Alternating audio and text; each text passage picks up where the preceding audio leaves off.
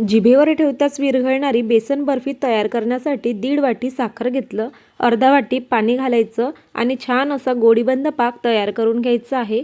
साखर छान विरघळलेली आहे। एका प्लेटवरती आपण 2-3 थेंब टाकून बघूयात। लगेच पातळ होत नाही किंवा पसरत नाहीये तर समजायचं की गोडीबंद पाक तयार झालं। यामध्ये वेलची पूड घालायची आणि 4 ते 5 केसरचे धागे घालायचे आहे कलरसाठी। आता याला थंड होण्यासाठी साईडला ठेवायचं।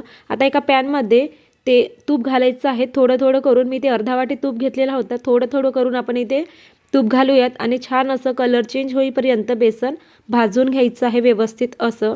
सारख्या वाटीने इथे 2 वाटी बेसन घेतलेला होता। सारख्या वाटीनेच आपल्याला मेजरमेंट घ्यायचं आहे। 2 वाटी बेसन, अर्धा वाटी तूप आणि 1.5 वाटी साखर याप्रमाणे। बेसनचे टेक्स्चर तुम्ही पाहू शकता एकदम परफेक्ट आलेलं आहे, छान भाजल्या गेलेलं आहे।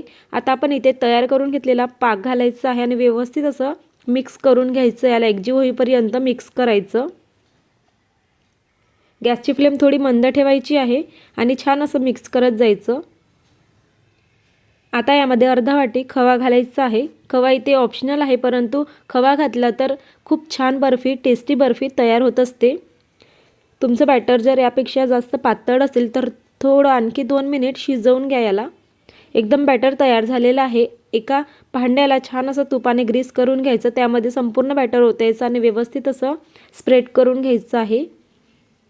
आता यावरती बदाम आणि काजूचे मी काप घालणार आहे भरपूर अशी आणि वरून थोडं प्रेस करायचं आहे म्हणजे बदामाचे काप छान चिकटल्या जातील वडीला। आता 2 तासांसाठी फ्रीजमध्ये सेट करण्यासाठी ठेवलेलं होतं। आता इथे तवा गरम केलेला होता, त्यावरती ही बर्फीचं ताट ठेवायचं म्हणजे तूप विरघळेल आणि बर्फी पटकन निघल्या जाईल। तर पाहू शकता चौकोनी आकारामध्ये मी कट करून घेतल्या वड्या।